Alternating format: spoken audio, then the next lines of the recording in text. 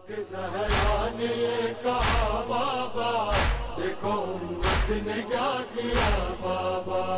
मेरा दरवाजा जल गया बाबा, देखो उम्मत ने क्या किया बाबा। बिस्मिल्लाहिर्रहमानिर्रहीम। नाज़रीन सलामुन अलैकुम, मैं हूँ शादाब दी। नाज़रीन, हज़रत फ़ातिमा ज़हरा सलामुल्लाह अलैहा की अज़मत का क्या कहना। आपकी शख्सियत हम सबके लिए नमूने अमल है। आज हम बात करेंगे इस मौजू के सिलसिले से कि जनाब फ़ातिमा ज़हरा सलामुल्लाह अलैहा की अजीम शख्सियत का जब हम मुतालिया करते हैं तो बेशुमार सिफ़ात नज़र आती हैं जिससे हमें दर्स लेने की ज़रूरत है। आपकी बेमिसाल सीरत और शख्सियत तमाम लोगों और ख़ास तौर से आज के ज़माने की ख़वातीन के लिए मशअले राह है। हज़रत फ़ातिमा ज़हरा सलामुल्लाह अलैहा की ज़िंदगी पर रोशनी डालें तो आप एक बेटी, ज़ौजा और वालिदा तीनों एतबार से कायनात की तमाम औरतों के लिए नमूने अमल हैं। अगर आपकी ज़िंदगी पर एक बेटी की हैसियत से नज़र डालें तो ये ज़िंदगी निहायत कामयाब है। आप सख्त हालात में भी अपने वालिद हज़रत मोहम्मद मुस्तफ़ा सल्लल्लाहु अलैहि वसल्लम को सुकून देने वाली थी। जिस वक्त जनाब खदीजा सलामुल्लाह अलैहा और जनाब अबू तालिब अलैहिस्सलाम इस दुनिया से रुखसत हुए, आपने अपने वालिद की दिलजोई की, उनकी इतनी खिदमत की कि पैगंबर ने आपको उम्मे अबीहा यानी अपने बाप की माँ का लक़ब दिया।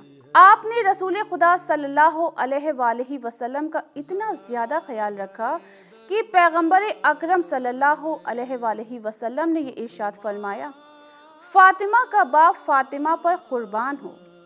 रसूल खुदा आपसे इतनी मोहब्बत करते थे कि जब सफ़र पर जाते तो सबसे आखिर में आपसे रुखसत होते और जब वापस आते तो सबसे पहले आपसे मुलाकात करते थे ताकि आपसे जुदाई का वक्फा कम से कम रहे। रसूल खुदा सल्लल्लाहु अलैहि वसल्लम ने आपके सिलसिले से इरशाद फरमाया है, फ़ातिमा जन्नत में जाने वाली औरतों की सरदार हैं, तमाम कायनात की औरतों की सरदार हैं। आपकी रज़ा से अल्लाह राज़ी होता है। जिसने फ़ातिमा को तकलीफ़ दी उसने मुझे तकलीफ़ पहुँचाई। वाक़ियन ये होता है बाप बेटी का रिश्ता। अगर आज के दौर की बेटियों की बात करें तो हमें वो खुलूस, वो एहतराम नज़र नहीं आता जिस बात का दर्स हमें जनाब फ़ातिमा ज़हरा सलामुल्लाह अलैहा ने दिया है। आज के ज़माने की बेटियां अपने वालिद से नाराज़ भी हो जाती हैं। उनकी सख्तियां, उनकी पाबंदियां उन्हें नागवार गुजरती हैं। अगर एक बाप वक्त पर अपनी बेटी को पॉकेट मनी नहीं दे पाता तो बेटी अपने बाप से नाराज़ रहती है। तो हम अहले बैत अलैहिमुस्सलाम के कैसे चाहने वाले हैं, हमने फिर उनसे क्या सीखा। ज़रा गौर करने की ज़रूरत है कि जिस तरह से बाप की जिम्मेदारी बच्चों के लिए होती है तो बच्चों का भी फ़र्ज़ है कि वो भी अपने वालिदैन से मोहब्बत से पेश आएँ, उनका उसी तरह से ख्याल रखें।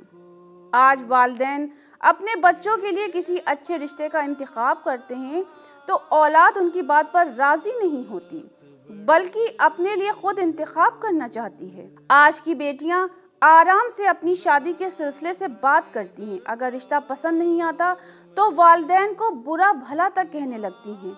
आइए जनाब फ़ातिमा ज़हरा सलामुल्लाह अलैहा की सीरत का मुतालिया करें। जब रसूल खुदा सल्लल्लाहु अलैहि वसल्लम इमाम हज़रत अली अलैहिस्सलाम का पैगाम लेकर आए और आपसे इजाज़त मांगी तो आप खामोश रहीं। इस तरह आपने दो मैसेज दिए। पहला ये कि अपने वालिदैन की रज़ा में राज़ी रहना चाहिए और दूसरा ये कि एक औरत की शर्म व हया, उसका खामोश रहना सबसे कीमती चीज़ है।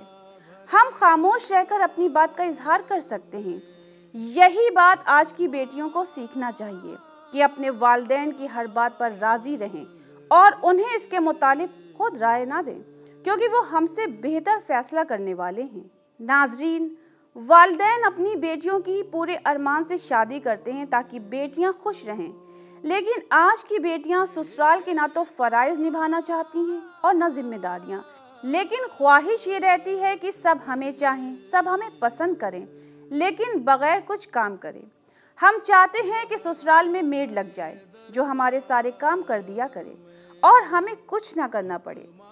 नाजरीन, घर के काम करना तो खुश नसीबी है जिस घर में औरतें खुद काम नहीं करती, खाना नहीं पकाती, बल्कि एक मेड पकाती है या खाना बाहर से ऑर्डर करके खा लेती हैं, तो याद रखिए उस घर से बरकत खत्म हो जाती है। इस तरह वो बेटी अपने साथ साथ अपने घर वालों की तरबियत पर भी क्वेश्चन उठवाती है कि किस तरह की तरबियत तुम्हारे वालिदैन ने की है। वहीं दूसरी तरफ जनाब फातिमा ज़हरा सलामुल्लाह अलैहा ने शौहर के घर आने के बाद जिस निज़ाम ज़िंदगी का नमूना पेश किया, वो औरतों के लिए एक मिसाली हैसियत रखता है। आप घर के काम करने से कभी पीछे नहीं हटती थीं, तमाम काम अपने हाथों से करती। आपकी खिदमत को इमाम हजरत अली अलैहिस्सलाम अक्सर याद करके फरमाते थे कि फातिमा के मुतालिक तुम्हें बताऊं कि पानी के लिए इतनी मशक उठाई कि कंधे पर मशक का निशान पड़ गया था और इतनी चक्की पीसी कि आपके हाथ पर छाले पड़ गए। आज के ख्वातीन की बात करें तो बच्चों की सेहत की भी कोई फिक्र नजर नहीं आती। बच्चों को टिफिन तक बनाकर नहीं देना चाहती। हाल तो ये है कि बच्चों को स्कूल के रास्ते से बिस्किट, चिप्स जैसी अनहेल्दी चीजें दिलाकर टिफिन में पैक करके भेज देती हैं ताकि किसी तरह बच्चे का बस पेट भर जाए, लेकिन बच्चे की सेहत की जरा सी भी फिक्र नहीं। जनाबे फातिमा ज़हरा सलामुल्लाह अलैहा खुद घर में अपने हाथों से चक्की चलाती थी और फिर अपने बच्चों के लिए खाना पकाती थी, जबकि उस दौर में आज के दौर की बनिस्बत इतनी आसानियां भी नहीं थी। लेकिन इसके बावजूद आज की औरत मेहनत करने से पीछे नजर आती है। नाजरीन, हर ज़ौजा पर फर्ज है कि वो अपने शौहर का हर हाल में साथ दे, लेकिन ऐसा होता नहीं है। आज बीवियों को हर बात में शिकायत रहती है कि आपने मेरे लिए ये नहीं किया, आपने मेरी कोई ख्वाहिश पूरी नहीं की। वहीं अगर शौहर थका हारा घर आकर ये कहता है कि मैं बहुत थका हुआ हूँ, मुझे एक कप चाय बना दो, तो गुस्से भरे लहजे में जवाब देने लगती हैं कि मैं खुद सारा दिन घर का काम करके थक जाती हूँ। या अगर वक्त पर सैलरी नहीं मिली और कुछ दिन परेशानी में गुजार लिए तो फौरन शिकवा शिकायतें शुरू कर देती हैं कि मेरी तो जिंदगी इस घर में आकर बर्बाद हो गई। अगर शौहर ने मर्जी के खिलाफ कोई बात कह दी तो फौरन नाराज होकर अपने वालिदैन के घर जाने की धमकी देने लगती हैं।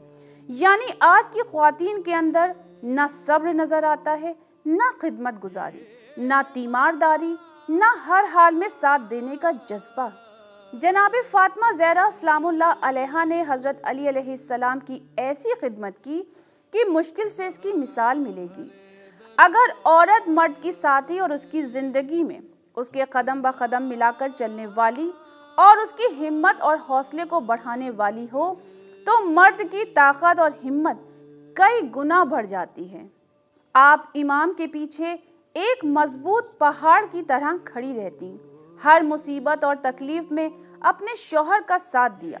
आपने इमाम की किसी भी बात की कभी मुखालफत नहीं की। इमाम हजरत अली अलैहिस्सलाम ने इरशाद फरमाया कि मैंने कभी भी ऐसा काम नहीं किया कि जिससे फातिमा गजबनाक हुई हों, और फातिमा ने भी कभी मुझे गजबनाक नहीं किया। ना आपने कभी अपने शौहर से किसी ख्वाहिश का इजहार किया। आपने फरमाया, ए अली, मुझे खुदा से शर्म आती है कि आपसे ऐसी चीज की फरमाइश करूं कि जिसकी वजह से आपको तकलीफ पहुंचे।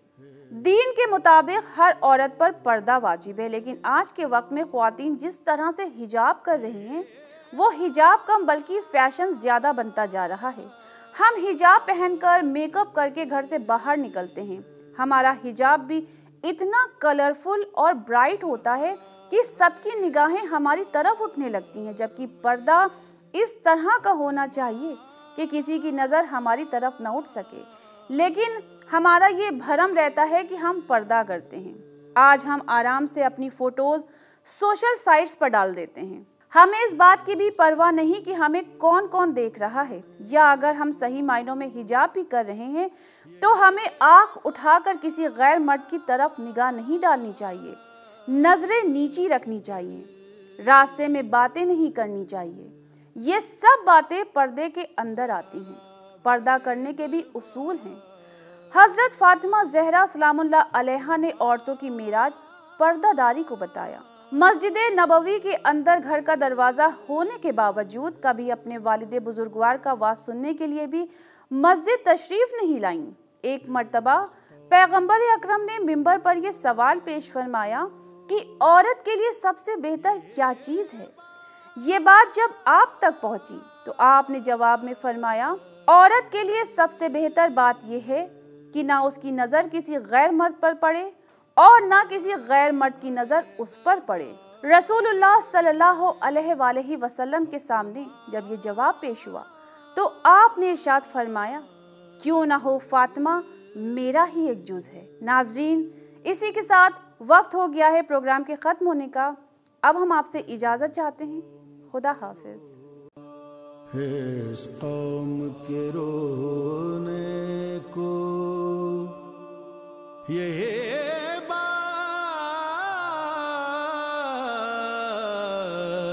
बड़ी